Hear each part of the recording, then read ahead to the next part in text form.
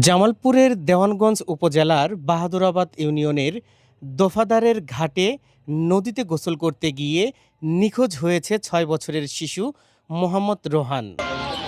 গতকাল দুপুরে নদীতে ডুবে যাওয়ার পর দীর্ঘ সময় উদ্ধার অভিযান চালিয়েও তার সন্ধান পাওয়া যায়নি। আজ দ্বিতীয় দিনের মতো নদীতে ডুবুরি নামিয়ে আবারও চলছে অনুসন্ধান। গতকাল দুপুরে নদীতে ডুবে নিখোঁজ হয় ৬ বছরের শিশু মোহাম্মদ রোহান। ঘটনার পর থেকে একদিন পেরিয়ে গেলেও এখনও তার সন্ধান পাওয়া যায়নি। আজ দ্বিতীয় দিনের মতো ডুবুরি নামিয়ে নদীতে চলছে উদ্ধার অভিযান।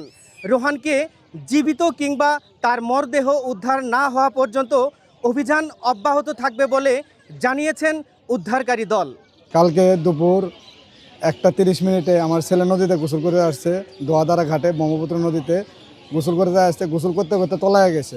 তলায় যাওয়ার পরে আমাদের বাড়ির মামা ভাইনা অনেকে আত্মীয় স্বজন ওরা জাল টাল নিয়ে মনে করেন করছে, হাতাহাতি করছে। আমার বাচ্চাকে পায়নি, না পাওয়াতে আমরা ফায়ার সার্ভিসের কাছে জানানি পরে ওনারা ফিরে দানগঞ্জে জানাইছি, ওনারা জামালপুর জানাইছে। জানানি পরে ফায়ার সার্ভিসের লোক আসতে আসতে বিকাল 4টার দিকে আসছে। আইসা ওরা 2 ঘন্টার মতন ডুবাডুবি করছে, করার পরে পায়নি, না পাওয়াতে ওনারা কালকে আমার থেকে বিদায় নিয়ে গেছে।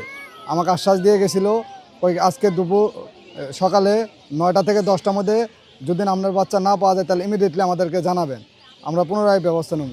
আমি আজকে 9টা থেকে 10টা পর্যন্ত নদীর পাড়ে আসছিলাম, সকাল থেকে অনেক চেষ্টা করতেছি, পাই নাই। না পাওয়াতে আমি 10:16 ওনার কাছে ফোন দিছি।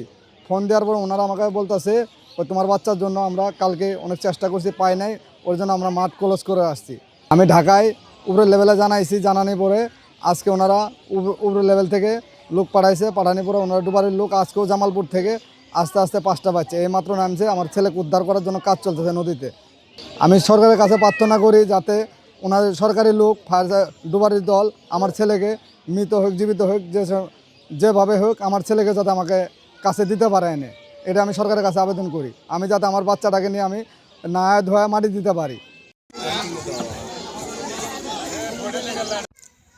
দফাদারের ঘাট থেকে মোস্তাফিজ সালাম সজীব, দৈনিক ঢাকা।